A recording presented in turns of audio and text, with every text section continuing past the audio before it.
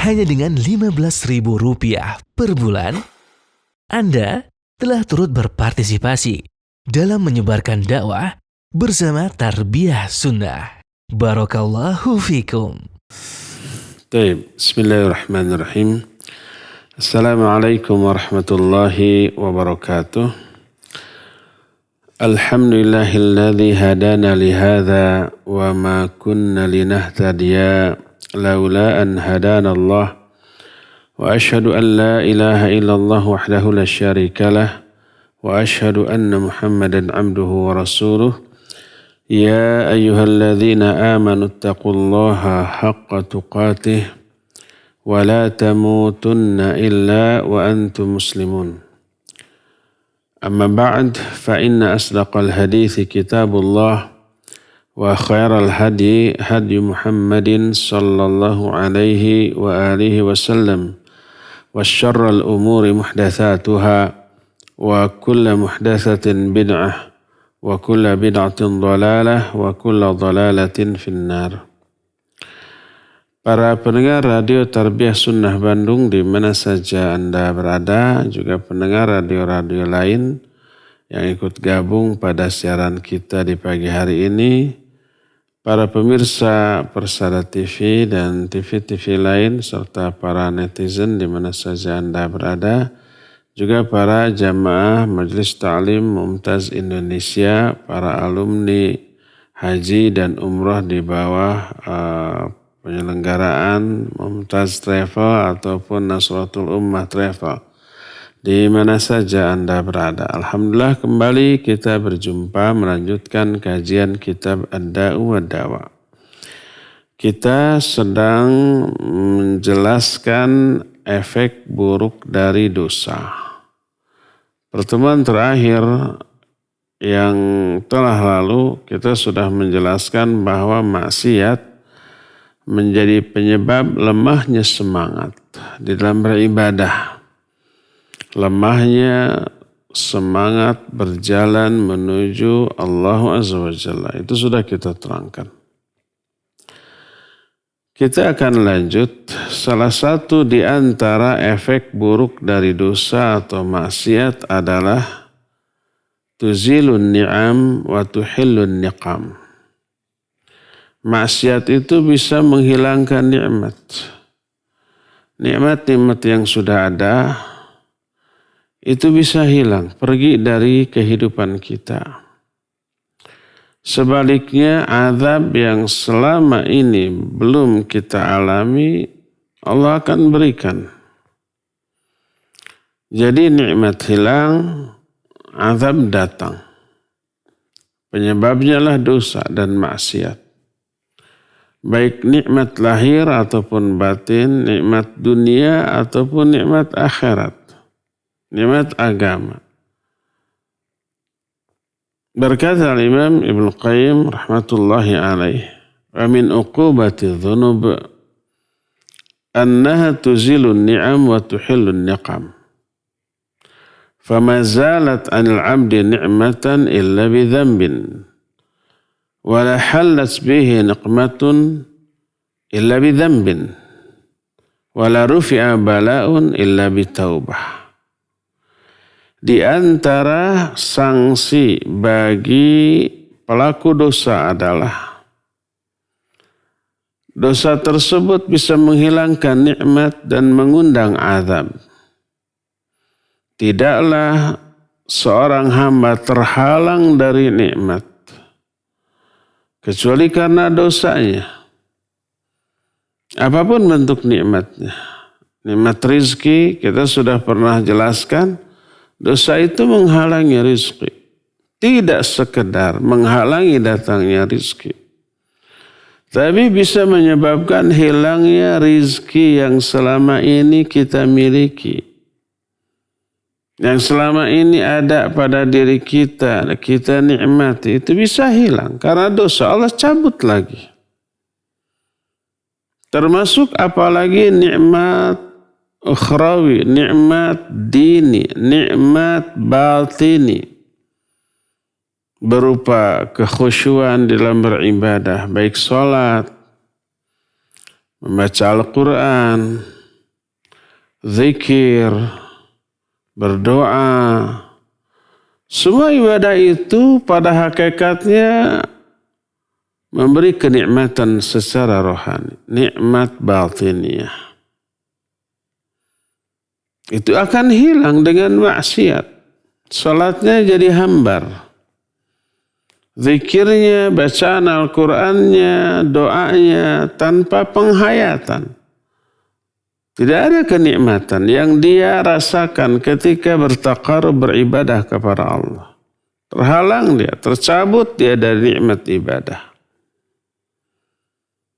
Tidaklah nikmat tercabut dari diri seorang hamba kecuali karena dosa, dan tidaklah azab datang pada kehidupan seorang hamba kecuali juga karena dosa. Tidaklah terangkat bala musibah dari kehidupan seorang hamba kecuali karena tobat. Karena pada hakikatnya bala musibah yang dialami oleh seorang sebagai sanksi, sebagai azab, sebagai siksa dari Allah atas dosa-dosa dia. Termasuk bala yang menyeluruh.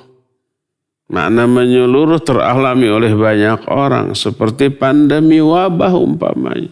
Apapun bentuk wabahnya. Seperti yang sedang kita alami sekarang adanya wabah COVID-19. Teralami oleh seluruh manusia di seluruh dunia, di setiap negara, termasuk di Indonesia ini, termasuk dalam kehidupan kita. Apa obatnya? Obatnya bukan sekedar vaksin. Ya, vaksin ikhtiar lahir, tapi ikhtiar dini, syar'i, batini yang harus kita lakukan, tobat dari dosa kita. Ikhtiar agar kita tidak terkena berupa 3M, pakai masker, mencuci tangan, menjaga jarak. Divaksin ya boleh, bagus, ikhtiar lahir. Tapi ikhtiar batin berupa taqarrub, berdoa dan tobat kepada Allah. Wala rufi'a bala'un illa bitaubah. Tidak akan terangkat bala kecuali dengan tobat. Sebagaimana perkataan Ali bin Abi Thalib radhiyallahu an, "Ma nazala bala'un illa bidzambin, wala rufi'a bala illa bitaubah." Tidaklah turun bala pada kehidupan seorang hamba kecuali karena dosa-dosa. Dan tidak akan terangkat bala tersebut kecuali karena tobat. Berfirman Allah Azza wa Jalla dalam Al-Quran dalam surah Asy-Syura ayat 30, "Wa ma asabakum min musibatin fabima kasabat aydikum wa ya'fu an katsir." Apa saja musibah yang menimpa kalian, maka itu karena ulah-ulah tangan kalian sendiri. Karena kesalahan-kesalahan kalian sendiri, makanya datanglah musibah itu. Dan tidak semua kesalahan, dosa, maksiat diazab berupa musibah, tidak. Kebanyakan dosa dan maksiat itu diampuni oleh Allah. Wa ya'fu an katsir. Allah memaafkan banyak dosa. Tapi ada dosa-dosa yang tidak dimaafkan, Allah berikan sanksi segera di dunia berupa musibah. Dzalika bi anna Allah lam yakum mughayyiran ni'matan an'amaha 'ala qaumin hatta yughayyiru ma bi anfusihim. Surah Al-Anfal itu ayat 53. Yang demikian itu karena Allah tidak akan merubah nikmat yang telah Allah berikan kepada seorang hamba. Yang Allah berikan kepada suatu kaum. Sehingga kaum itu sendiri yang merubah untuk diri mereka sendiri. Dalam ayat ini Allah mengabarkan, Allah menginfokan, menjelaskan, menerangkan kepada kita bahwa Dia itu tidak akan merubah nikmat yang telah Allah berikan kepada seorang. Sampai orang itu sendiri yang merubah nikmat itu berubah menjadi azab. Ketika seorang hamba melakukan ketaatan kepada Allah, Allah akan kasih nikmat. Nikmat lahir, nikmat batin. Nikmat dunia, nikmat ukhrawi, nikmat akhirat, nikmat agama. Semakin taat, semakin besar banyak nikmat yang Allah berikan. Dan ketika si hamba merubah ketaatannya menjadi kemaksiatan, merubah sikap syukurnya menjadi kufur, merubah setiap penyebab lahirnya atau turunnya ridho Allah dengan melakukan sebab-sebab yang mengundang murka Allah, Allah rubah. Asalnya taat menjadi maksiat, asalnya syukur menjadi kufur, asalnya selalu mencari ridha Allah dengan melakukan perintahnya, menjauhi larangannya, lalu dia rubah menjadi mencari kemurkaan Allah. Maka apa yang telah Allah berikan berupa nikmat Allah rubah menjadi azab. فَإِذَا غَيَّرَ غُيِّرُ عَلَيْهِ فَإِذَا غَيَّرَ غُيِّرُ عَلَيْهِ. Kalau orang itu merubah sifatnya, karakternya, amalnya, kelakuannya, maka balasan yang Allah berikan juga akan Allah rubah. Jazaa'a wifaqa. Balasan yang setimpal. Al-jaza' min jinsil amal. Wa ma rabbuka bidzullamil abid. Allah itu tidak zalim kepada hamba-hambanya. Kalau si hamba dapat musibah, dapat penderitaan, dapat azab, dapat bala, dapat nyeri, perih dan yang sejenisnya, itu bukan karena kezaliman Allah kepada si hamba. Allah mah tidak pernah menzalimi hamba-hambanya. Tapi si hamba itu yang melakukan kezaliman kepada diri sendiri dengan cara bermaksiat kepada Allah. Apabila orang yang sudah dapat musibah, penderitaan, bala, kemurkaan Allah, merubah kemaksiatannya kembali menjadi taat kepada Allah, Allah akan rubah lagi. Azabnya menjadi nikmat lagi. Sakitnya menjadi sehat lagi. Fakirnya menjadi berkecukupan lagi. Hinanya menjadi kemuliaan lagi. Jadi yang merubah keadaan yang teralami oleh seorang hamba bukan Allah. Tapi si hamba itu yang memprosesnya betul Allah. Tapi penyebabnya adalah si hamba itu sendiri.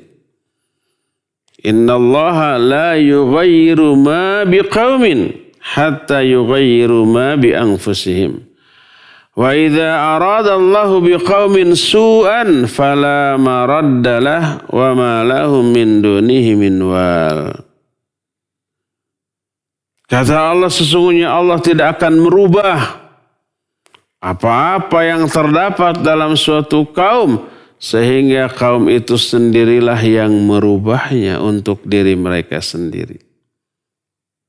Ayat ini kan sering diterjemahkan secara keliru. Allah tidak akan merubah nasib suatu kaum sehingga kaum itu sendiri yang merubah nasibnya. Enggak ada kata-kata nasib di sini. Yang ada kata Allah, innallaha la yughayyiru ma biqaumin. Allah tidak akan merubah ma itu apa-apa.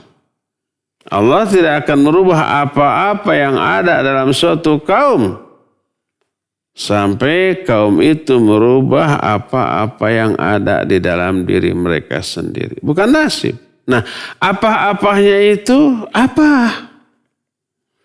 Apa-apanya itu bisa nikmat, bisa azab. Allah tidak akan merubah nikmat yang ada dalam suatu kaum sampai kaum itu sendiri yang merubah nikmat itu menjadi azab. Dengan merubah penyebabnya. Apa penyebab nikmat yang mereka raih? Taat kepada Allah. Tunduk, patuh, setia, satu ke Allah Azza wa Jalla. Allah curahkan nikmat itu. Ketika penyebab nikmat itu dirubah, asal taat jadi maksiat, asal syukur jadi kufur, asal ikhlas menjadi materai umpamanya, maka nikmat itu Allah rubah menjadi azab. Maknya itu, apa-apanya itu nikmat. Sebaliknya, kalau seseorang umpamanya memperoleh azab dari Allah, musibah dari Allah, karena penyebab adanya azab itu adalah kedurhakaan, kemaksiatan.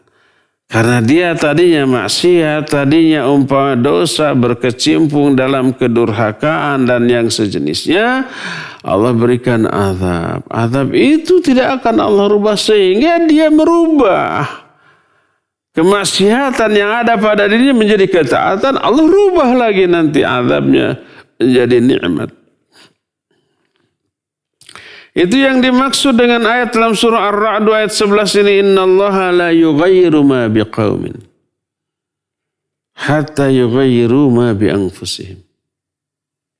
Allah tidak akan merubah apa-apa yang terdapat dalam suatu kaum, termasuk dalam individu dari setiap kaum tersebut, sampai mereka merubah apa yang ada dalam diri mereka sendiri. Jadi jemaah sekalian, kita ini tinggal milih apakah ingin nikmat atau ingin azab dalam kehidupan kita. Tinggal lakukan aja penyebabnya. Kalau kita ingin memperoleh azab, musibah, problem gitu ya, masalah dalam kehidupan kita, sok aja durhaka kepada Allah. Dijamin tuh dapat azab. Tapi kalau kita ingin merasakan meraih kenikmatan hidup, taatlah kepada Allah SWT. Wa idza arada Allahu biqaumin su'an, kalau Allah menghendaki keburukan bagi suatu kaum.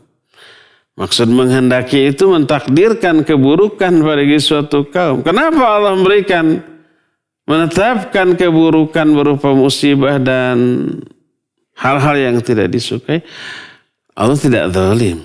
Itu karena mereka durhaka loh. Fala maraddalah. Tak akan ada seorang pun yang bisa menolaknya. Wa ma lahum min dunihi min wal, dan tak ada seorang pun bagi mereka pelindung selain Allah Azza wa Jalla. Jadi ternyata mau merasakan nikmat atau merasakan azab, kita sendiri yang mengaturnya, mengkondisikannya. Allah Azza wa Jalla tinggal memprosesnya. Kalau umpamanya kita ingin memperoleh kenikmatan hidup, ya jangan dosa, jangan maksiat, jangan ingkar kepada Allah. Nanti diberi azab malah. Taatlah kepadanya, takwalah kepadanya, mendekatlah kepadanya, lakukan semua perintahnya, jauhi semua larangannya. Dijamin Allah akan berikan nikmat. Dalam salah satu hadis qudsi, Allah Azza wa Jalla berfirman, wa izzati wa jalali la yakunu abdun min abidi ala ma uhibba thumma yantaqilu anhu ila ma akrah illa intaqaltu lahu mimma yuhibbu ila ma yakrah. Subhanallah. Wa la yakunu abdun min abidi ala ma akrah thumma yantaqilu anhu ila ma uhibba illa intaqaltu lahu mimma yakrahu ila ma yuhibbah. Ini kuncinya. Apa kita ingin meraih apa yang kita sukai atau kita ingin merasakan apa yang kita benci? Ini nih kuncinya nih. Kata Allah Azza wa Jalla, demi kegagahanku dan kemuliaanku. Tidaklah salah seorang hamba dari hamba-hambaku berada dalam keadaan yang aku cintai. Taat, ibadah, amal soleh, melakukan kebaikan, menjaga diri dari dosa dan maksiat. Itu kan keadaan dari kehidupan seorang hamba yang Allah cintai. Kemudian dia berpindah kepada keadaan yang aku benci. Berubah tuh. Tadinya soleh jadi salah. Tadinya benar menjadi menyimpang. Tadinya taat menjadi maksiat. Berubah tuh keadaan amal orang itu menjadi sesuatu yang Allah benci. Tidaklah seorang hamba berada dalam keadaan yang aku cintai lalu berubah menjadi keadaan yang aku benci, kecuali aku rubah dari keadaan yang dia sukai menjadi keadaan yang dia benci. Dari keadaan yang disukai oleh si hamba menjadi keadaan yang dibenci oleh si hamba. Kita kan suka kalau kita ini bahagia, senang, tenang, tentram, adem, ayem, kan gitu ya. Rizkinya cukup, bahkan lebih, bisa infak, bisa sedekah, bisa ikut berpartisipasi dalam pembangunan masjid, pondok pesantren, yayasan-yayasan dakwah, kegiatan-kegiatan kebaikan sosial dan sejenisnya. Itu kan kondisi yang kita sukai kan? Ya enggak? Lalu apa kondisi yang kita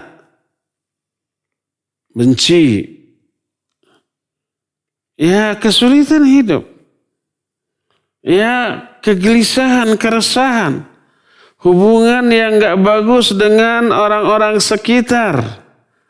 Dengan tetangga, dengan kawan, dengan sahabat, dengan bawahan, dengan atasan, dengan kolega. Yang terlebih lagi hubungan dengan orang yang lebih dekat, dengan keluarga. Orang tua dengan anak, adik dengan kakak, suami dengan istri.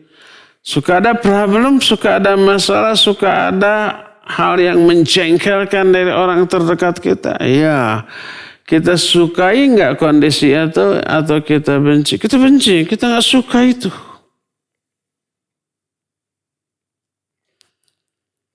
Jadi keadaan yang bagaimana yang kita inginkan dalam kehidupan kita. Keadaan yang kita sukai atau keadaan yang kita benci. Ini kuncinya.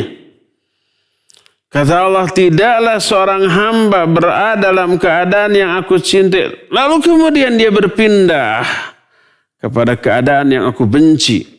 Tadinya taat menjadi maksiat. Tadinya syukur menjadi kufur. Tadinya soleh menjadi salah. Tadinya dia menjadi ahli ibadah. Terus ternyata lalai. Menjadi orang yang malas mengabaikan ibadah.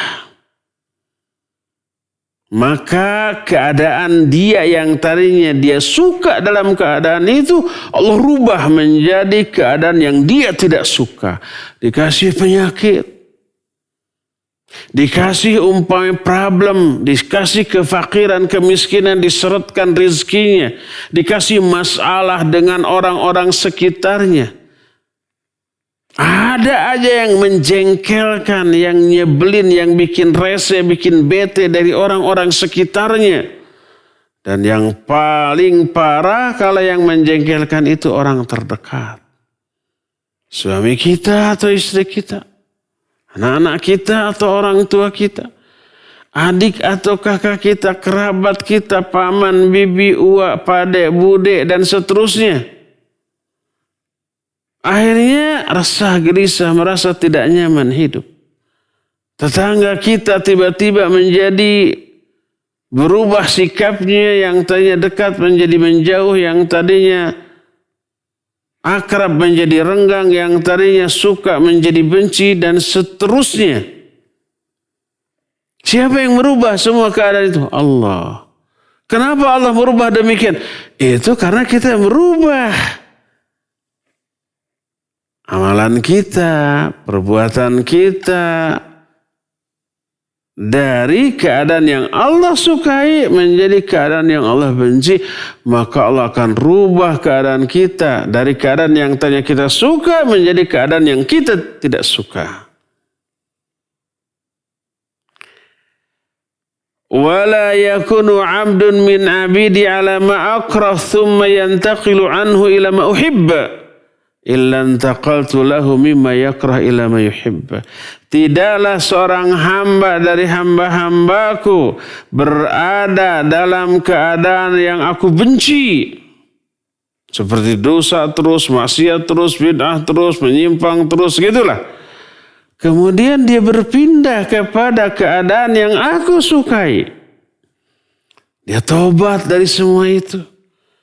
Asalnya maksiat menjadi taat, asalnya kufur menjadi syukur, asalnya lalai dalam beribadah menjadi rajin giat dalam beribadah, asalnya ala kadar dan asal-asalan dalam beribadah menjadi bersungguh-sungguh dalam beribadah, asalnya berada dalam keadaan yang Allah benci menjadi dalam keadaan yang Allah cintai. Maka kata Allah, aku rubah keadaan dia dari keadaan yang tadinya dia benci menjadi keadaan yang dia sukai. Penyakitnya sembuh berangsur-angsur sampai total sembuh, sehat lagi. Kehidupan ekonomi yang tadinya morat-marit, seret, sulit, menjadi lancar lagi rizkinya, menjadi lapang lagi, tidak hanya mencukupi untuk dirinya sendiri, dia bisa bantu orang lain yang kesulitan. Asalnya banyak problem, banyak masalah, banyak clash, banyak benturan dengan orang-orang sekitar. Mendadak clear semuanya itu. Asalnya resah, gelisah menjadi tenang dan tentram. Adem dan ayem.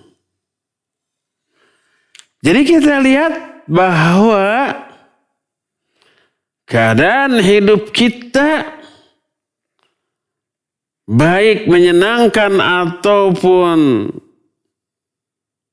tidak menyenangkan, itu semua ada sebabnya. Sebabnya apa? Sebabnya amal-amal yang kita lakukan dalam kehidupan kita. Oleh karena itulah apabila kita ingin memperoleh nikmat dan jauh dari azab, jangan lakukan penyebab hilangnya nikmat, penyebab datangnya azab, yaitu dosa dan maksiat. Rubah dosa dan maksiat itu menjadi taat kepada Allah Subhanahu wa ta'ala. Beribadahlah, beramal solehlah, lakukan sebanyak mungkin kebaikan-kebaikan yang Allah syariatkan kepada kita, sehingga amal kita, keadaan kita menjadi amal dan keadaan yang Allah cintai, maka Allah akan rubah hidup kita dari keadaan hidup yang kita tidak sukai menjadi keadaan hidup yang kita sukai. Apakah kita bahagia atau sengsara dengan hidup sekarang ini? Apakah kita suka dengan hidup kita sekarang atau kita tidak suka dengan hidup kita sekarang? Allah lah yang menentukannya, dan ketetapan Allah itu berdasarkan amal dan sikap kita dalam menjalankan agama Allah SWT. Nah, salah satunya adalah banyak orang yang selalu khawatir dengan kehidupan. Terutama masa-masa yang akan datang, bahkan khawatir dengan masa-masa yang segera. Resahlah, gelisahlah, khawatirlah, takutlah, takut ini, takut itu, dan seterusnya. Siapa yang memberikan rasa takut kepada kita, rasa kesepian kepada kita, rasa khawatir kepada hati kita, siapa yang ngasih? Allah yang memberi. Kondisi hati kita itu loh diaturnya oleh Allah Azza wa Jalla loh. Allah lah yang merubah-rubah, membolak-balikan hati manusia. Dari tadinya tenang menjadi resah dan gelisah. Tentrem, adem, ayem menjadi risau dan galau. Yang tadinya merasa aman, nyaman dari segala sesuatu menjadi takut, khawatir terhadap segala sesuatu. Itu Allah yang mengkondisikan hati kita tuh. Hati kita itu semuanya berada di antara dua jari, di antara jari-jari Allah. Lalu Allah atur, Allah bolak-balikan sekehendaknya. Inna quluba bani Adam baina usbu'aini min asabi'ir rahman ka qalbi rajulin wahid yuqallibu kaifa yasha. Hati-hati Bani Adam, hati semua manusia itu berada di antara dua jari, di antara jari-jari Allah seperti satu hati. Lalu Allah bolak-balikan itu hati sekehendaknya. Termasuk apakah hati itu tenang, tentram atau resah dan gelisah. Adem ayem atau risau dan galau. Merasa aman dan nyaman atau merasa takut dan khawatir. Allah yang ngatur. Dan Allah ketika memberikan rasa takut, khawatir, resah, gelisah, risau dan galau itu bukan karena kezaliman Allah, bukan. Tapi sebagai balasan atas amal si hamba. Ketika sehamba melakukan dosa dan maksiat, Allah cabut rasa aman, rasa nyaman dari dirinya. Allah ganti dengan keresahan, kegelisahan, ketakutan dan kekhawatiran. Adanya muncul kekhawatiran terhadap segala sesuatu, azab dari Allah akibat dosa-dosanya. Berkata Imam Ibnu Qayyim rahmatullahi alaih, wa min uqubatiha ma yulqihi Allahu subhanahu minar ru'ab wal khawf fi qalbil 'asi fala tarahu illa khaifan mar'uban. Coba bayangkan.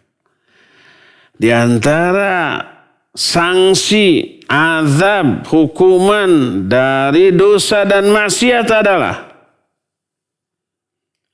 yaitu ketakutan, kekhawatiran yang Allah campakkan dalam hati pelaku maksiat. Sehingga engkau tidak melihat orang tersebut kecuali selalu merasa takut, selalu merasa khawatir, selalu merasa tidak pasti, resah, gelisah, stres dia. Berkata Imam Ibnu Qayyim, فَإِنَّ الطَّاعَةَ حِسْنُ اللَّهِ الْأَعْظَمِ الَّذِي مَنْ دَخَلَهُ كَانَ مِنَ الْآمِنِينَ مِنْ عُقُوبَةِ الدُّنْيَا وَالْآخِرَةِ وَمَنْ خَرَجَ عَنْهُ أَحَاطَتْ بِهِ الْمَخَاوِفُ مِنْ كُلِّ جَانِبٍ فَمَنْ أَطَاعَ اللَّهَ انقلبت الْمَخَاوِفُ فِي حَقِّهِ أَمَانًا وَمَنْ عَصَاهُ انقلبت مَأْمَنُهُ مَخَاوِفُ فلا تجد العاصي إلا وقلبه كأنه بين جناحي طير. Kata Imam Ibnu Qayyim rahmatullahi alaih, sesungguhnya ketaatan itu benteng Allah yang paling kuat, paling agung. Siapa yang memasukinya, dia akan merasakan keamanan, kenyamanan dari penderitaan dunia dan akhirat. Aman dari azab, aman dari sanksi, aman dari hukuman. Kita dalam kehidupan sekarang di dunia ini kan, kita kan merasa aman kalau melihat polisi, melihat tentara, ketemu polisi, assalamualaikum, salaman, rangkulan. Ketemu tentara juga begitu, nggak takut. Lewat kantor polisi atau bahkan masuk kantor polisi untuk suatu keperluan, tenang-tenang saja, aman, nyaman saja ya. Kenapa? Kenapa kita merasa aman? Tidak takut sama polisi, tidak takut sama tentara. Karena kita tidak pernah melakukan kejahatan. Kita nggak maling, kita nggak nyopet, kita tidak nodong, tidak membunuh, tidak melakukan kejahatan. Diyakini aman, nggak akan ditangkap, nggak akan diadili, nggak akan dihukum penjara. Tenang, santai. Tapi coba orang yang umpamanya melakukan kejahatan, melihat polisi gebek gitu ya. Melihat tentara, aduh takut. Ketika sedang di rumah ada tok tok tok tok. Permisi, assalamualaikum, punten, sampurasun kayak gitu. Alah, jangan-jangan polisi menangkap saya. Itu penjahat kayak begitu tuh. Atau umpamanya orang pakai motor, pakai mobil, nggak punya SIM, nggak bawa STNK. Walaupun tidak melakukan kesalahan ketika nyetirnya, tapi dia sudah merasa bersalah, nggak ada SIM, nggak ada STNK. Begitu lagi nyetir, lihat apa namanya polisi, waduh jangan-jangan ada razia. Dengar peluit, prit, padahal itu tukang parkir. Waduh jangan-jangan polisi, kan gitu ya. Serba takut orang yang bersalah. Tapi kalau umpama kita berkendaraan, lengkap semuanya. Pakai sabuk, ya, pakai helm, SIM ada, STNK ada, BPKB juga dibawa umpamanya. Ada razia polisi dicegat, tenang, gak masalah. Ada pemeriksaan juga karena kita tidak melakukan kesalahan. Adem, ayem, tentrem, nyaman. Begitu polisi menyapa, selamat siang, selamat pagi, kan ramahnya biasa nama. Kita alhamdulillah, apa kabar Pak Polisi? Mohon maaf ada pemeriksaan, bisa tunjukkan SIM. Siapa? Kan gitu. Setelah diperiksa, oh iya, hati-hati di jalan, selamat jalan Pak, semoga selamat sampai tujuan. Orang di rumah menanti Anda dengan terima kasih. Tenanglah hati, kan gitu ya. Nah ini juga begitu tuh kepada Allah SWT. Allah memberikan azab, hukuman di dunia ini juga sebelum di akhirat. Hukumannya azab berupa apa? Azab Allah itu di dunia berupa apapun, berupa keresahan, kegelisahan, ketakutan, kekhawatiran itu tuh. Maka untuk meraih keamanan, taat. Kata Imam Ibnu Qayyim, ketaatanlah benteng Allah yang sangat kuat. Siapa yang memasukinya dia aman dari sanksi dunia ataupun akhirat. Tapi sebaliknya, man kharaja anhu, siapa yang keluar dari benteng itu, artinya tidak taat lagi dia. Dia terjerumus dalam dosa dan maksiat. Dia akan diliputi oleh rasa takut dari semua aspek. Siapa orang yang mentaati Allah, akan berubahlah rasa takut yang dialami pada dirinya menjadi keamanan. Sebaliknya siapa yang bermaksiat kepada Allah akan berubahlah dari keamanan yang selama ini dia rasakan menjadi ketakutan. Maka engkau lihat orang yang maksiat, hatinya seolah-olah dia itu berada di antara dua sayap burung. Tuh, serba khawatir, takut jatuh dan seterusnya ya. Seperti itu. Kalau ada umpamanya angin yang menggoyangkan pintunya, dia akan berkata, ada orang nih yang akan menuntut kita, menagih kita. Seperti orang yang banyak hutang. Selalu khawatir. Ada assalamualaikum, waduh jangan-jangan dia kolektor tuh, kan gitu ya. Selalu begitu tuh. Kalau umpamanya dia mendengar langkah-langkah kaki orang, dia takut. Jangan-jangan itu adalah orang yang akan menuntutnya. Dia itu yahsabu kulla sayhatin alaihim, seolah-olah semua teriakan itu ditujukan kepada dia. Semua yang terjadi seolah-olah itu jangan-jangan akan sesuatu yang membahayakan dia karena dosa dan kesalahan dia. Seolah-olah semua yang dia benci, yang tidak dia sukai itu tertuju padanya.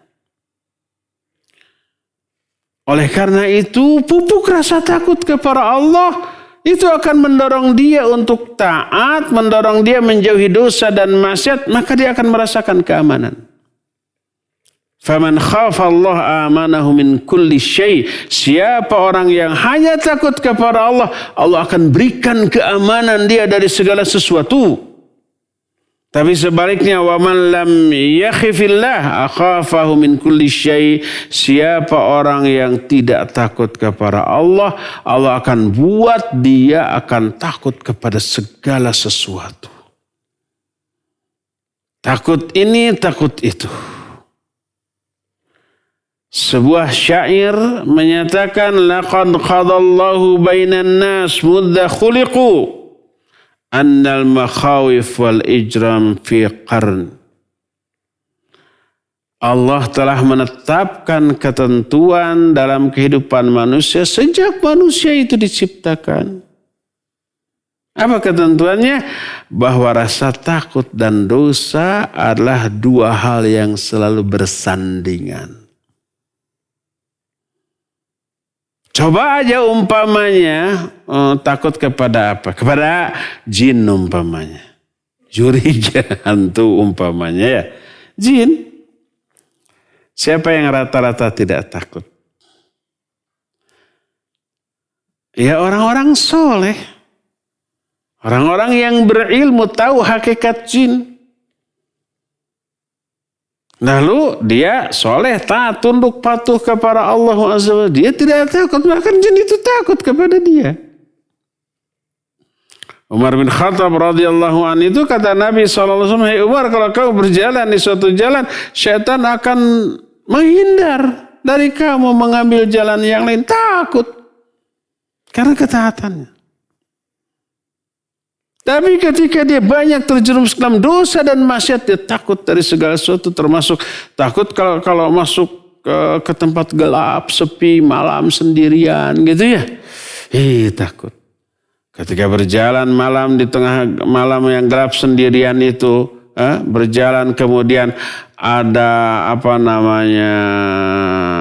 daun yang jatuh menimpa kepala, langsung menjerit dia. Takut. Itu karena mental. Dan mental dipengaruhi oleh dosa. Semakin banyak dosa dan maksiat, semakin lemah mentalnya. Semakin menunjukkan kelemahan iman. Takut terhadap segala sesuatu. Takut dan dosa itu, takut dan kejahatan itu selalu berjalan beriringan itu. Dia di mana ada dosa, di sana ada takut. Di mana ada maksiat, di sana ada keresahan dan kegelisahan. Di mana ada dosa, di sana ada azab. Di mana ada dosa, nikmat hilang dari diri pelaku dosa tersebut. Inilah salah satu di antara sanksi dari dosa yang dilakukan oleh manusia adalah hilangnya nikmat, datangnya azab dari Allah Azza wa Jalla ya. Inilah penjelasan kita di pagi hari ini, cukup sampai di sini. Insyaallah sanksi-sanksi yang lain kita akan jelaskan di pertemuan-pertemuan yang akan datang. Kita masih punya sisa waktu untuk bertanya jawab, dan kepada ACP dipersilakan untuk memandu tanya jawab dengan pendengar dan pemirsa.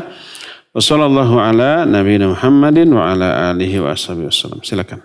Syukran Ustaz atas materi yang disampaikan, dan ikhwati iman azanillahu wa iyyakum, para pendengar dan pemirsa dimanapun antum berada yang akan bertanya kepada Ustaz secara langsung, silakan bisa menghubungi nomor telepon di nomor 0228686267 atau bisa melalui pesan singkat ke nomor 081122711476. Kita akan angkat terlebih dahulu penanya melalui line telepon di 0228686267. Ya, silakan. Assalamualaikum. Waalaikumsalam warahmatullahi wabarakatuh. Ya Ustaz, seandainya ada undangan, terus amplopnya itu dikasih nama, itu apa boleh nggak? Dosa nggak kita kalau ngasih nama di amplopnya itu Ustaz? Tidak ada Ustaz. Syukran jazakumullah khairan. Assalamualaikum warahmatullahi wabarakatuh. Waalaikumsalam warahmatullahi wabarakatuh. Ya, barakallahu fiik Ibu Yati di Melonggreen, Melongasih. Melonggreen ya. Melonggreen itu artinya melihat yang hijau. Melong itu menatap. Pertanyaan Bu Yati adalah, kalau kita dapat undangan pernikahan, undangan apalagi syukuran khitanan umpamanya ya, itu kan suka ngamplop ya. Sekarang jarang pakai kado. Karena di undangan tertulis tanpa mengurangi rasa hormat, sudilah tidak memberikan kado karangan bunga. Akhirnya nggak bawa apa-apa. Itu isyarat kadonya dengan uang lah diganti. Dengan amplop. Untuk ganti biaya catering. Untuk ganti biaya resepsi. Dan biasanya itu jadi bisnis. Biaya catering umpamanya cuma 20-30 juta. Amplop yang masuk bisa 100 juta untung. Ada juga yang tekor. Biaya 100 juta, amplop yang masuk cuma 20 juta. Nangis dia. Itu kalau motivasi dari walimah, resepsi pernikahan adalah bisnis. Pertanyaannya, kalau kita diundang lalu ngasih amplop, amplopnya dikasih nama. Apa dosa, apakah tidak? Tergantung niat, motivasi. Kalau niatnya adalah riya, untuk menunjukkan bahwa dia banyak uang, untuk mendapatkan pujian bahwa dia itu dermawan. Amplopnya tebal, 10 juta segebok gitu ya. Dolar lagi. Lalu dikasih nama dengan niat agar orang-orang melihat dia itu dermawan. Kaya, banyak uang dan dermawan. Malah begitu turun dari mobil itu sudah diambil amplop itu, digiwing-giwing. Dikasih nama, dikasih tulisan nominal dari fulan 10 juta. Wih, pas dimasukin ke kotak ya, gak cukup, gak muat. Dirobek amplopnya, diambil satu-satu di hadapan banyak orang. Maka ya, dosa karena riyanya, karena ingin dipujinya. Maka tidak boleh. Tapi kalau memberi nama tersebut tidak diberitahukan ke banyak orang, hanya untuk diketahui oleh si sahibul hajah. Orang yang melakukan resepsi untuk apa? Menghindarkan suudzon. Menghindarkan suudzon, jangan-jangan kita nggak datang.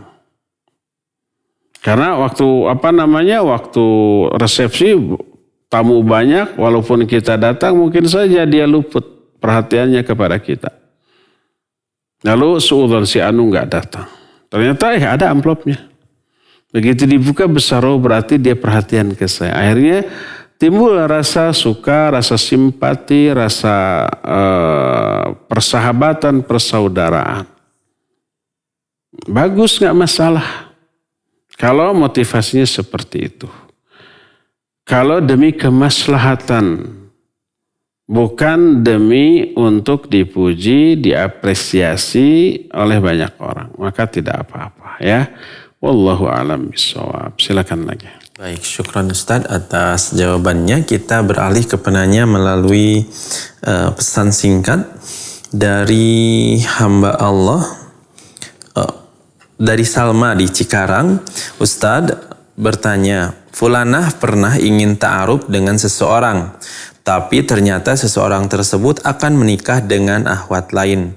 Kemudian fulanah mau ta'aruf dengan pria yang masih ada keturunan, Indo mungkin Ustaz ya. Tapi waktu ta'aruf pria tersebut minta jika fulanah jadi istrinya, fulanah harus membuka cadar. Yang saya pertanyakan, bagaimana hukum cadar Ustaz? Apakah wanita tersebut boleh menolak syarat tersebut? Demikian Ustaz pertanyaannya. Jazakallahu khairan. Silakan. Ya, wa jazakillahu khairan. Salma di Selacau. Suganda Salma Selacau. Barakallahu fiik. Dia ingin menikah dengan seorang ikhwan, tapi ikhwan tersebut nikah sama orang lain. Akan menikah dengan akhwat lain. Terus dia ta'aruf dengan orang keturunan luar. Tapi orang itu mensyaratkan cadarnya dibuka.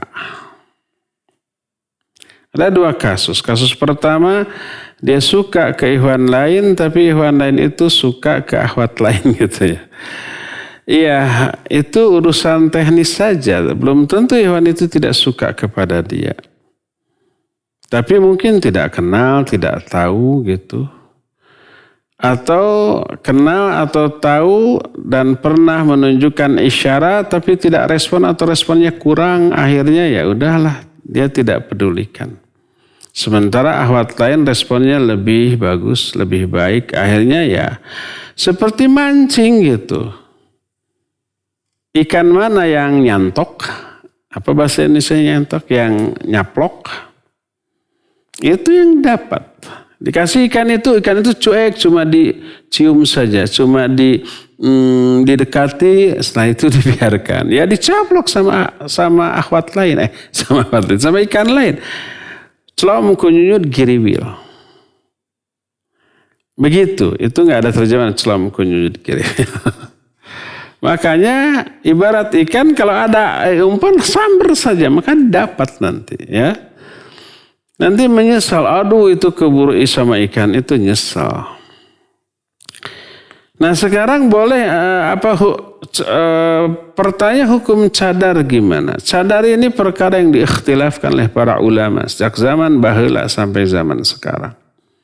Tapi ikhtilafnya itu antara wajib dan sunnah. Bukan antara yang wajib dengan yang haram, bukan. Atau mubah, bukan. Wajib atau sunnah. Jadi dilaksanakan pasti bagus bagi menurut kedua belah pihak ini. Yang mewajibkan jumhur para ulama. Imam madhab yang empat-empatnya mewajibkan. Adapun yang mensunnahkan ada beberapa. Untuk zaman Kiwari para ulama yang mewajibkan ya para ulama-ulama di Saudi seperti Syekh bin Baz, Syekh Al-Utsaimin, Syekh Al-Basam, Syekh Abdurrahman As-Sa'di rahimahumullahu taala jami'an. Itu semuanya mewajibkan. Yang mensunahkan di antara Syekh Al-Albani rahimahullahu taala. Di kalangan para asatidz kita pun demikian. Ada yang menyatakan wajib, ada yang menyatakan sunnah. Saya sendiri lebih cenderung kepada yang mewajibkan. Karena wajah wanita merupakan fitnah, sumber fitnah. Tapi kalau ada akhwat yang berkeyakinan berdasarkan dalil yang ada itu sunnah sehingga dia tidak menutup wajahnya, ya kita tidak memvonis ahli maksiat berdosa, enggak. Maka akhwat coba pelajari dalil dari kedua belah pihak secara objektif. Kalau umpamanya lebih kuat menurut akhwat yang mensunnahkan, ya silakan. Tidak memakai cadar dan tidak perlu merasa berdosa. Tapi secara objektif umpamanya cenderung kepada yang mewajibkan, tutuplah wajah. Kalau meyakini wajib kemudian wajah dibuka, maka dosa. Jangan memilih pendapat karena hawa nafsu. Saya memilih yang sunnah ajalah, biar tidak terlalu berisiko. Barijang tidak mengetahui apa alasan yang mensunnahkan tersebut. Berdasarkan hal itulah maka sadar perkara yang diikhtilafkan oleh para ulama antara sunnah dengan wajib. Tapi kalau ada akhwat yang berkeyakinan sunnah lalu dia pakai. Kemudian disuruh dibuka oleh suaminya. Apakah suaminya berdosa? Tergantung motivasi dia. Kalau dia memang tidak suka terhadap syariat sadar ya dosa dia. Apalagi kalau umpamanya, ngapain kamu kayak ninja. Jadi ada pelecehan kepada cadar. Maka tidak boleh. Tapi kalau umpamanya bercadar ini beresiko. Di suatu lingkungan tertentu mungkin ada resiko. Maka dengan secara baik-baik mohon kepada istrinya. Sebaiknya dibuka dulu cadar. Untuk menghindari resiko. Maka taati. Seperti itu. Nah, kalau sekarang akhwat mau menikah dengan ikhwan, belum apa-apa sudah ngatur buka cadar, udah tinggalkan saja. Berarti dia bukan karena agama. Ikhwan tuh banyak yang memilih akhwat yang sudah terbina secara bagus. Salah satu wujud hasil pembinaan nyata itu cadar umpamanya. Itu tidak menjamin, ya tidak menjamin. Tapi yang jelas dari aspek itu yang terbaik, yang terbagus. Dari aspek itu. Walaupun berkeyakinan sunnah tapi itu terbaik. Lalu kemudian dia mensyaratkan, udah berarti itu bukan karena agama. Dan kalau akhwat kepada ikhwan itu berarti memilih ikhwan bukan karena agamanya. Karena aspek duniawinya, apalagi dia turunan luar. Mungkin bule, mungkin ke Arab-Araban yang biasanya ganteng gitu ya. Mancung, bisa memperbaiki keturunan, itu. Agamanya nomor sekian lah. Lihat juga nationality-nya, jinsiahnya, kewarganegaraan. Kalau kewarganegaranya berbeda, ya itu sedikit agak ribet. Kalau siap dengan keribetan itu, ya silakan.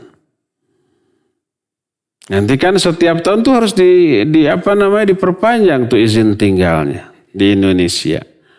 Satu saat harus keluar dulu dari Indonesia beberapa waktu. Ngurus izin ini, izin itu. Dan kalau dia harus pindah ke negaranya, kita harus ikut, harus urus lagi izin dia, izin anaknya, dan seterusnya. Macam-macam. Riweuh, rempong. Kalau siap dengan keriuhan itu silakan. Kalau agama orang itu bagus. Ya. Gak salah memilih dia karena agamanya bagus, juga ganteng, kasep gitu ya. Turunan orang, siaplah dengan resiko, silakan. Jadi yang penting memilih jodoh karena agamanya. Tunkahul mar'ah li arba'an. Wanita dinikahi karena 4. Lijamaliha, walimaliha, walihasabiha, walidiniha. Fadfar bidatid din taribat siyadak. Itu karena kecantikannya, karena hartanya, karena kehormatannya, atau karena agamanya. Nikahi karena agamanya. Taribat syadak. Kalau enggak, kalau bukan karena agama, kamu akan binasa. Kamu akan memperoleh masalah besar. Demikian juga wanita adalah memilih calon jodohnya, imamnya. Imam ini yang harus diikuti, pilih karena agamanya. Ya pedulilah jinsiahnya apa.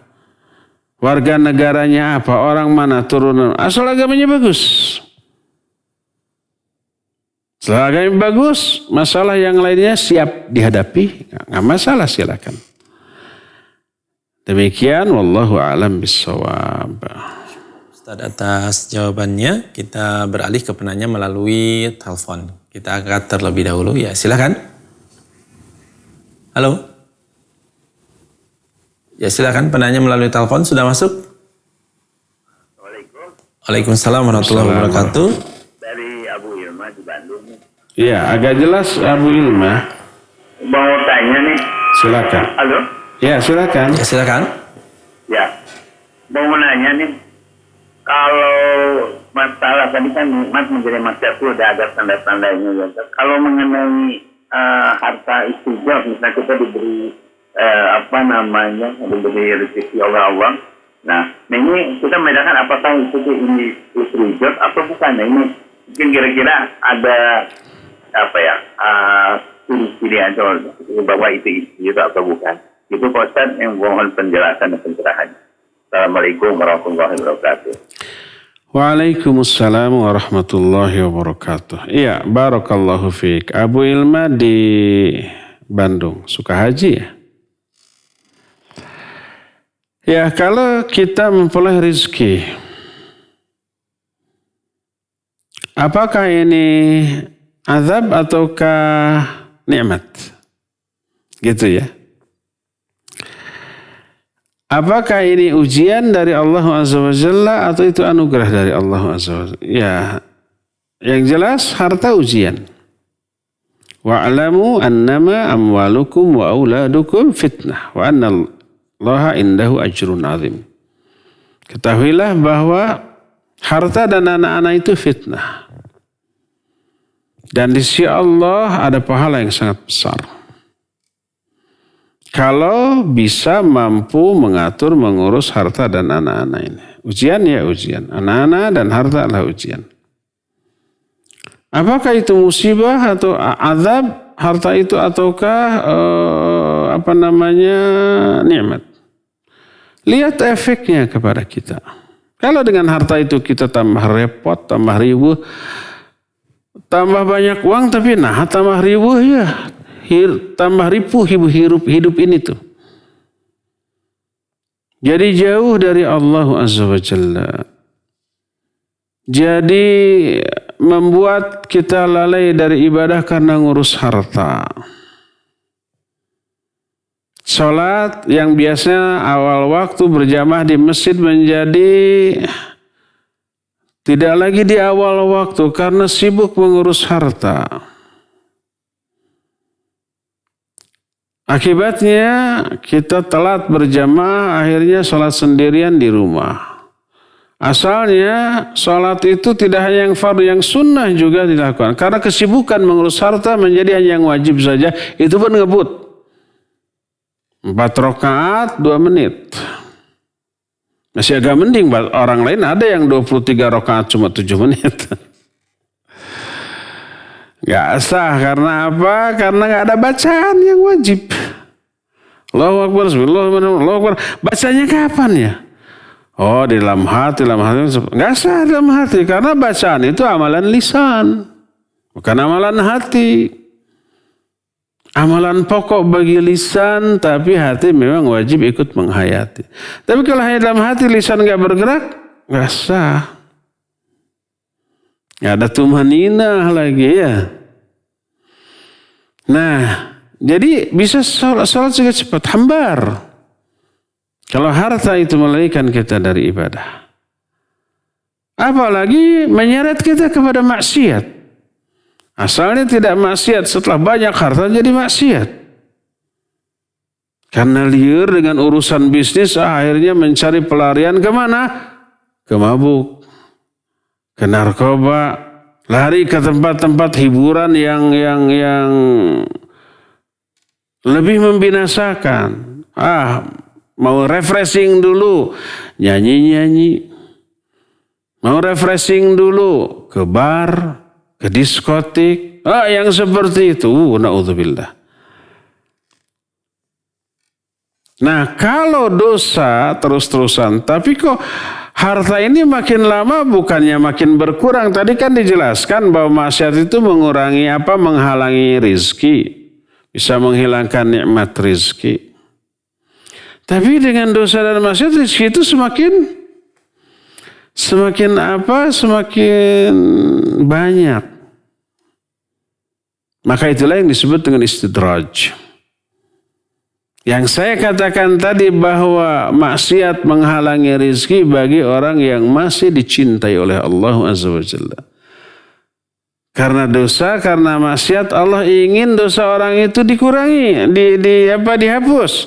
Ingin agar orang itu kembali, maka dikasih sentilan tuh agar berhenti dari dosa, kemudian tobat mendekat kembali kepada Allah Azza wa Jalla. Gitu tuh. Makanya disebutkan bahwa musibah wujud kasih sayang Allah kepada dia. Innallaha idza habba qauman ibtalahum. Kalau Allah mencintai suatu kaum, Allah akan berikan musibah kepada dia. Dengan musibah itu gugur dosanya. Dengan penderitaan itu dia tobat, berhenti dan kembali mendekat kepada Allah, merintih kepada Allah. Dan Allah suka rintihan seorang hamba. Maka Allah ampuni lagi. Nanti akan diberikan lagi rezeki tersebut.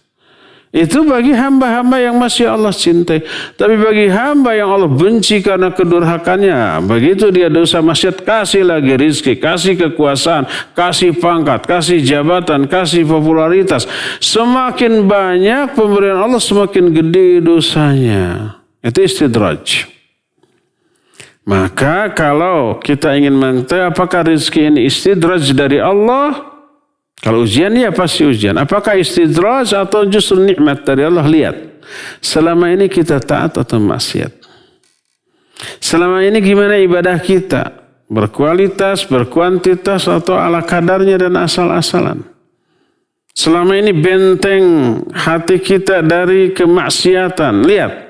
Apakah kokoh, kuat, tidak tergoda dengan dosa dan maksiat, ataukah rapuh, sedikit ada gangguan langsung, sedikit ada godaan langsung gitu ya, ikut kepada godaan itu. Lalu di tengah dosa maksiat kita berlimpah harta. Itu adalah istidraj. Jangan berlapang dada, berbesar hati dengan harta, jabatan, pangkat, kekuasaan yang melimpah di tengah dosa-dosa yang kita lakukan. Itu istidraj, wujud murka Allah. Allah ingin dosa kita bertambah agar azabnya sangat dahsyat. Segera bertobat. Segera berhenti dari dosa-dosa tersebut. Segera harta tersebut dikeluarkan. Zakatnya, infaknya, sedekahnya. Nanti insya Allah akan Allah rubah keadaan dia dari keadaan yang Allah benci menjadi keadaan yang Allah cintai. Ya, demikian. Wallahu a'lam bishawab. Silakan lagi. Ya, baik. Syukran Ustaz atas jawabannya. Dan pertanyaan selanjutnya melalui pesan singkat. Bismillah. Ustadz, ana diangkat jadi panitia zakat fitrah dan DKM mengatakan panitia dapat zakat fitrah. Apakah benar demikian Ustadz? Jazakallahu khairan. Silakan. Ya, wa jazakallahu khairan. Benarkah panitia dapat zakat fitrah? Tidak benar. Zakat fitrah itu hanya untuk fakir dan miskin. Berdasarkan sabda Rasul SAW dalam hadis sahih riwayat Bukhari dan Muslim, bahwa farada Rasul sallallahu alaihi wasallam zakat al-fitr tu'khadhu min agniyaihim wa turaddu ila fuqaraihim. Rasul sallallahu alaihi wasallam memfardukan, mewajibkan zakat fitrah yang diambil dari orang-orang kaya dan dikembalikan kepada orang-orang fakir miskin di kalangan mereka. Diambil dari orang-orang yang kaya di kalangan kaum muslim, diberikan kepada orang-orang fakir dan miskin. Yang lain tidak boleh. Termasuk panitia atau amil tidak boleh dari zakat fitrah. Karena tidak ada nas yang membolehkan hal itu. Kecuali kalau si panitia ini fakir miskin ya boleh, tapi bukan jatah panitia, tapi jatah sebagai fuqara dan masakin. Yang boleh adalah dari zakat mal, ya boleh. Sebab Allah Azza wa Jalla berfirman di dalam surah At-Taubah ayat yang ke-60 bahwa Allah Azza wa Jalla menyatakan bahwa sedekah atau sedekah yang dimaksud sedekah yang wajib yaitu zakat. Itu diberikan kepada fuqara, masakin, termasuk di antara amil. Amil itu yang ngurus zakat. Ya boleh, walaupun dia kaya, boleh.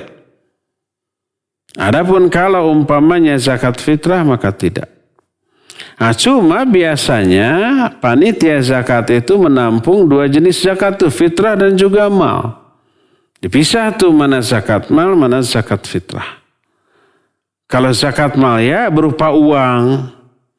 Kalau zakat fitrah berupa bahan makanan pokok. Kalau di kita beras, ya berupa beras. Maka yang berupa beras itu untuk fuqara dan masakin saja. Yang zakat mal untuk 8 asnaf yang diterangkan di dalam Al-Quran tadi. Termasuk di antaranya amil, silakan. Nah kalau begitu apakah fakir miskin gak dapat zakat mal? Dapat, karena fuqara dan masakin disebut pertama kali di dalam ayat yang tadi tentang zakat mal. Pertama kali, amil nomor kesekian. Yang pertama kali adalah fuqara dan masakin. Ya. Nah, jadi kalau kita menjadi amil zakat lalu nanti dikasih ini jatah kamu, tolak saja. Kalau dari zakat fitrah enggak. Saya bukan fuqara dan masakin. Tapi kalau dari zakat mal, oke, saya terima. Ya, demikian wallahu a'lam bishawab. Silakan terakhir ya. Baik, syukran Ustaz atas jawabannya. Dan pertanyaan selanjutnya, Assalamualaikum Pak Ustaz. Adakah pertanggungjawaban seorang istri di akhirat terhadap suaminya yang lalai dalam ibadah? Meski sudah diingatkan, bagaimana kebawa dosa enggak seorang istri terhadap kelalaian suaminya dalam ibadah? Syukran jazakallahu khairan dari hamba Allah, Ustaz. Iya. Afwan wa jazakillahu khairan. Seorang istri punya suami lalai dalam ibadah. Sudah diingatkan gitu ya, apakah dosa? Kalau sudah diingatkan tidak dosa. Tapi tergantung sejauh mana lalai dalam ibadah. Kalau lalai itu hanya sekedar umpamanya, salat sih salat tapi tidak di awal waktu, tidak berjamaah. Maka ya ingatkan. Tapi kalau lalai itu sampai tidak salat, sampai tidak saum Ramadan, sampai tidak haji padahal dia sudah berkemampuan, sampai tidak zakat padahal dia sudah terkena kewajiban zakat mal umpamanya. Sampai sejauh itu, separah itu, meninggalkan sholat itu lebih besar dosanya daripada mencuri, merampok, bahkan membunuh. Kalau membunuh saja dosanya sudah sangat besar gitu ya, merampok sudah besar-besar, apalagi meninggalkan sholat. Kenapa? Bukankah meninggalkan sholat tidak merugikan siapapun kecuali dirinya sendiri? Kenapa dianggap lebih besar dosanya? Karena tidak sholat adalah merampas hak Allah Azza wa Jalla. Sholat itu hak Allah yang wajib kita tunaikan. Dan merampas hak Allah lebih besar dosanya daripada mengambil hak sesama manusia. Mencuri, merampok, membunuh itu mengambil hak sesama makhluk. Sedangkan tidak salat adalah mengambil hak Allah Azza wa Jalla. Maka Imam Az-Zahabi dalam kitab Al-Kabair itu dosa-dosa besar, menyatakan bahwa dosa meninggalkan salat lebih besar daripada dosa mencuri atau bahkan merampok atau bahkan membunuh yang tadi disebutkan. Nah kalau sudah sampai taraf itu sudah tidak bisa ditolerir. Dan itu sudah menjadi udzur syar'i bagi seorang istri untuk menuntut cerai kepada suaminya. Setelah diperbaiki nggak bisa diperbaiki, dinasihati nggak bisa dinasihati, malah ngambek, malah marah. Jangankan itu tuh, kalau suami mabuk, suami mencuri, ya, suami menodong, udah itu sudah menjadi alasan syar'i untuk menggugat cerai, apalagi merampas hak Allah Azza wa Jalla. Ya. Semoga Allah Azza wa Jalla memudahkan urusan ibu yang bertanya tadi dan memberikan hidayah kepada suami dari si penanya tadi ya. Cukup ya sampai di sini saja, mungkin masih banyak pertanyaan tapi karena terbatasnya waktu kita nggak bisa handle semuanya. Insyaallah kita akan jumpa kembali di hari Senin yang akan datang. Subhanakallahumma bihamdik asyhadu an la ilaha illa anta astaghfiruka wa atubu ilaik. Walhamdulillahirabbil alamin. Wassalamualaikum warahmatullahi wabarakatuh.